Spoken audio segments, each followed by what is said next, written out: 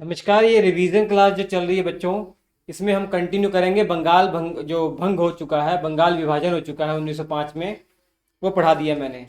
अब बंगाल विभाजन के विरोध में हम आंदोलन चला रहे हैं, जिसे स्वदेशी आंदोलन या बहिष्कार आंदोलन कह रहे हैं। इस आंदोलन का स्वरूप क्या था वो हम पढ़ने का प्रयास कर रहे हैं। तो हमारी हेडिंग आज की होगी बंग भंग आंदोलन की विशेषताएं। इसकी क्या इंपॉर्टेंट इंपॉर्टेंट विशेषताएं थी वो। रिवीजन क्लास है, थोड़ा स्पीड में चलेंगे। आप देखिए, इस आंदोलन को हम सभी बेझिझक कह सकते हैं कि हमारा ये पहला राष्ट्रीय आंदोलन था।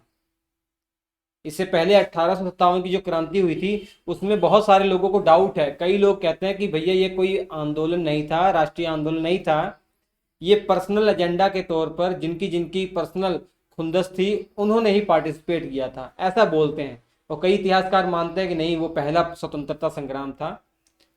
और कई इतिहासकार कुछ मानते हैं, कई इतिहासकार कुछ मानते हैं, लेकिन ये पहला ऐसा आंदोलन है जिसमें सभी इतिहासकारों का एक मत है कि भैया ये पहला राष्ट्रीय आंदोलन है। ठीक है।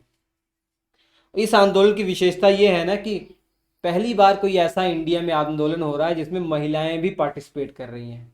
उस जमाने की बात मैं कर रहा हूं, देखिए 100 साल से भी ऊपर हो गया है। तो जो महिलाएं थी घरों से बाहर निकली और आंदोलन में पार्टिसिपेट किया इन्होंने खुलकर। तो ये पहला आंदोलन ऐसा था। लेकिन याद रखिए, जो बहुसंख्यक मुस्लिम थे ना, जो मुस्लिम वर्ग था, उन्होंने इसमें पार्टिसिपेट नहीं किया। बहुसंख्यक मुस्लिम वर्ग मैंने इसलिए लिखा हुआ है कि क्योंकि कुछ मुसलमानों ने हिस्सा लिया था, लेकिन एक बड़ा तबका मुस्लिम का, एक बड़ा तबका उन्होंने इसमें पार्टिसिपेट नहीं किया था। क्योंकि जो बंगाल विभाजन हुआ था उनके लिए बहुत अच्छा था। उनको अंग्रेजों ने रखा था, लॉर्ड जो कर्जन था उसने कह दिया था कि भैया ऐसी सुविधाएं मिलेंगी मुस्लिम को कि ऐसी सुविधाएं उनको मुगलों के टाइम पीरियड पे भी नहीं मिली थी। ये लॉर्ड कर्जन ने कहा था। और जो बैमफील्ड फुलर, जो पूर्व वाला बंगाल था जो टूटा हुआ था, आज बांग्लादेश वाला इलाका है जिसमें मुस्लिम मेजोरिटी ज़्यादा थी, वहाँ का जो लेफ्टिनेंट गवर्नर बैमफील्ड फुलर, इसने कहा था कि भैया मुस्लिम जो है वो अंग्रेजों की प्रिय पत्नी है। इसने कहा था मुसलमान और हिंदू दो पत्नियां हैं अंग्रेजों की, जिसमें सबसे प्रिय पत्नी मुस्लिम है।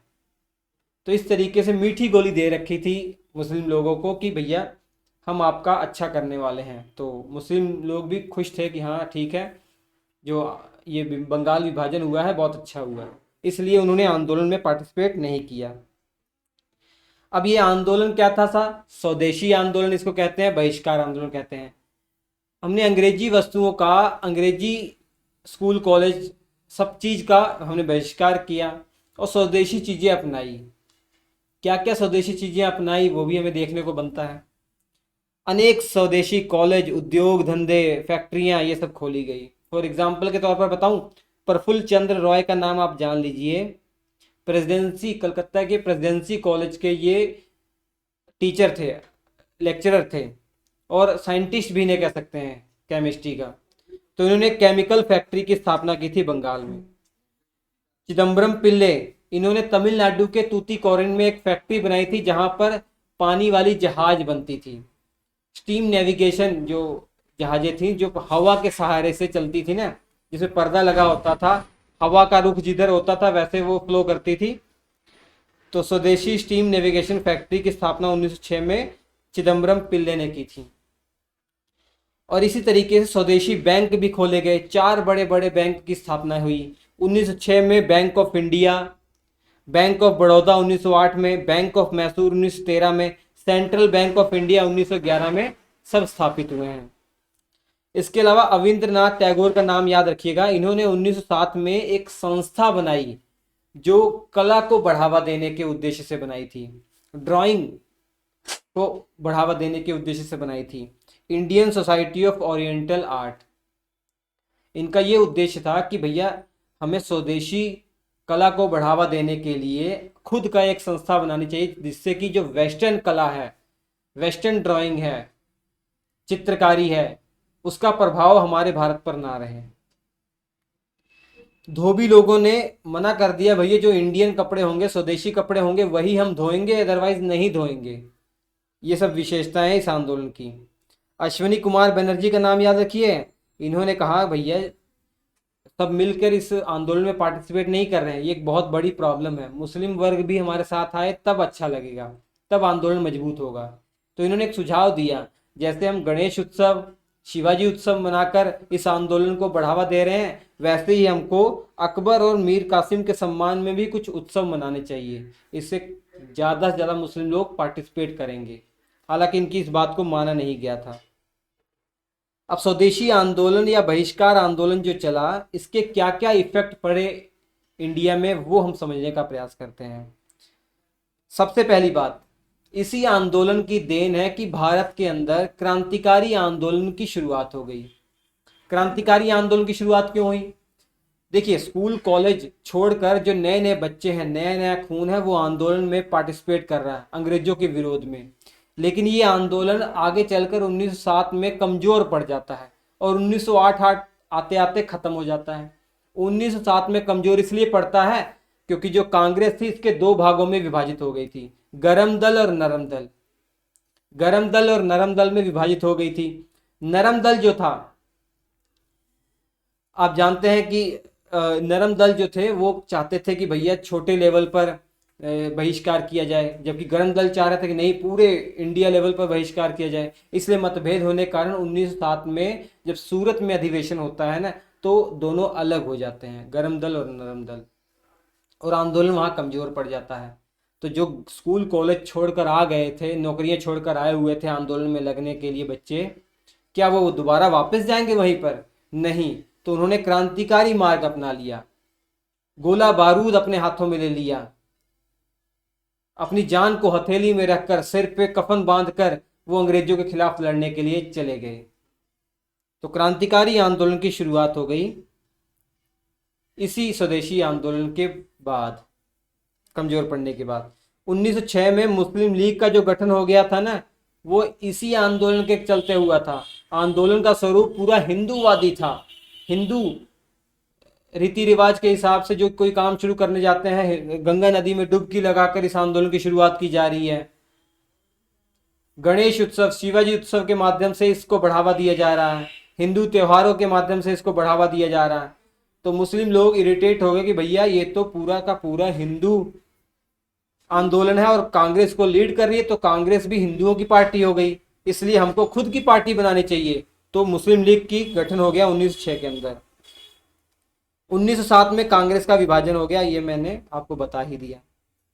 अब शिक्षा के ऊपर क्या प्रभाव पड़ा इस आंदोलन का? स्वदेशी आंदोलन है भाई, स्वदेशी चीजें हम अपनाएंगे तो स्वदेशी स्कूल कॉलेज ये सब स्थापित तो होंगे ही। तो वही है, राष्ट्रीय शिक्षा परिषद की स्थापना हुई भैया। राष्ट्रीय शिक्षा परिषद एक ऐसा संगठन बनाया गया जो नेशनल एजुकेशन को, भारत की शिक्षा को बढ़ावा देने का काम करेगा। तो इसकी अध्यक्ष किसको बनाए गए थे? सतीश चंद्र मुखोपाध्याय। तो राष्ट्रीय शिक्षा परिषद के जो अध्यक्ष थे वो सतीश चंद्र मुखोपाध्याय थे। लेकिन यहाँ बात नोट करने वाली ये है कि राष्ट्रीय शिक्षा परिषद का गठन कहाँ पर किया गया? राष्ट्रीय शिक्षा परिषद का गठन करने के लिए सबसे पहले टाउन हॉल में एक सभा का आयोजन हुआ। इस सभा की अध्यक्षता कर रहे थे रास बिहारी घोष। रास बिहारी घोष, याद रखिएगा, ये नरम दल के नेता थे, नरम दल के नेता। और यहीं पर एक संगठन बनाया गया राष्ट्रीय शिक्षा परिषद, जिसके अध्यक्ष किसको बनाया गया? सतीश चंद्र मुखोपाध्याय। बंगाल नेशनल कॉलेज की स्थापना हुई और इसके पहले आचार्य अरविंद घोष थे। 25 जुलाई 1906 को बंगाल टेक्निकल इंस्टीट्यूट की स्थापना हुई। 8 नवंबर 1905 को रंगपुर नेशनल स्कूल की स्थापना की गई। बंगाल में राष्ट्रीय शिक्षा को फैलाने का सबसे बड़ा काम, नोट कर लीजिएगा, डॉन सोसाइटी के द्वारा किया गया। डॉन सोसाइटी एक संगठन था जो 1902 में ही स्थापित हो गया था। इन्होंने सबसे ज्यादा बंगाल में राष्ट्रीय शिक्षा को बढ़ावा दिया। सुबोध चंद्र मलिक का नाम याद रखिएगा, इन्होंने 1 लाख रुपए दान दिया था शिक्षा को बढ़ाने के लिए। राष्ट्रीय शिक्षा को बढ़ाने के लिए पैसों की तो जरूरत पड़ेगी, तो 1 लाख रुपए का दान दिया था इन्होंने। विज्ञान पर क्या प्रभाव पड़ा? जगदीश चंद्र बोस, इन्होंने 2 सिद्धांत दिए 1906 में, और 2 सिद्धांत अपनी 2 किताबों में दिए। उन 2 किताबों का नाम आप याद रखिएगा। प्लांट रिएक्शन, इसमें प्लांट रिएक्शन सिद्धांत इन्होंने दिया, मतलब पौध प्रतिक्रिया सिद्धांत दिया।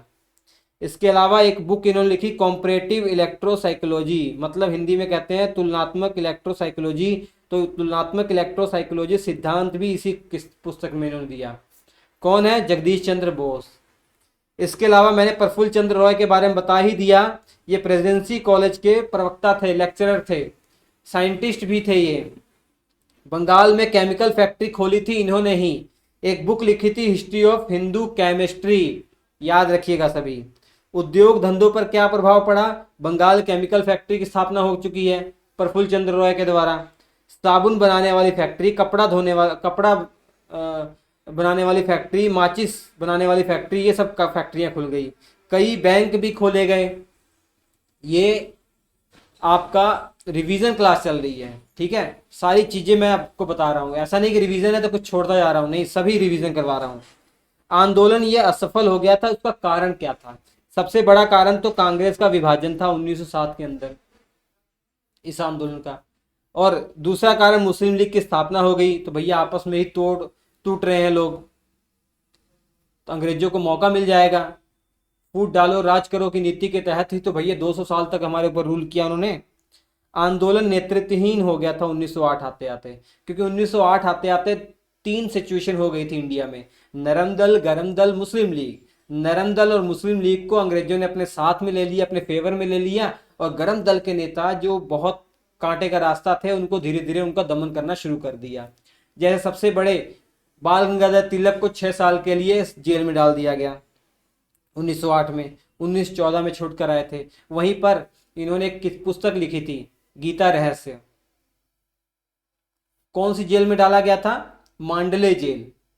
कहां पे? बर्मा के अंदर, म्यांमार। अरविंद घोष को गिरफ्तार कर लिया था, उसके बाद उन्होंने राजनीतिक संन्यास ले लिया। पुदुचेरी में जाकर एक आश्रम बनाया और बिंदो बिला, वहीं पर अपना पूरा जीवन बिताया। उसके बाद अलीपुर षड्यंत्र केस आप पढ़ेंगे, मणिकतोला बम कांड ये एक ही है, ये क्रांतिकारी आंदोलन में आप पढ़ेंगे। इसमें अरविंद घोष को भी गिरफ्तार कर लिया था, लेकिन छुड़ा लिया गया। CR दास, चित्तरंजन दास बहुत बड़े वकील थे, उनकी सहायता से छुड़ा लिया गया था। लाला लाजपत राय जी अमेरिका चले गए, सब गरम दल के नेता हैं। विपिन चंद्र पाल ने भी राजनीतिक संन्यास ले लिया। तो इस कारण से कहा जा रहा है ना 1908 के बाद दिशाहीन हो गया, समाप्त हो गया ये आंदोलन। और फाइनली 1911 में जब दिल्ली दरबार लगाया जाता है, ब्रिटेन के राजा रानी का स्वागत किया जाता है, वहां पे 2 घोषणाएं होती हैं। पहली घोषणा के तहत बंगाल का जो विभाजन है वो रद्द कर दिया जाता है, जो कम्युनल विभाजन किया गया था वो रद्द कर दिया गया। हालांकि विभाजन हुआ वो भाषा के आधार पर, उससे किसी को आपत्ति नहीं थी। और दूसरी बात, राजधानी को ट्रांसफर कर दिया गया।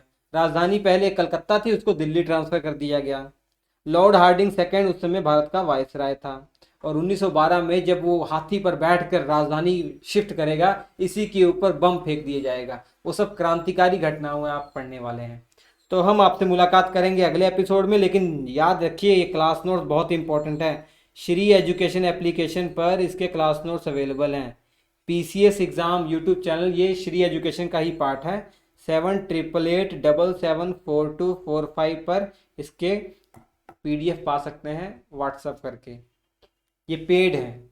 तो हम आपसे मुलाकात करेंगे अगले एपिसोड में, तब तक के लिए नमस्कार।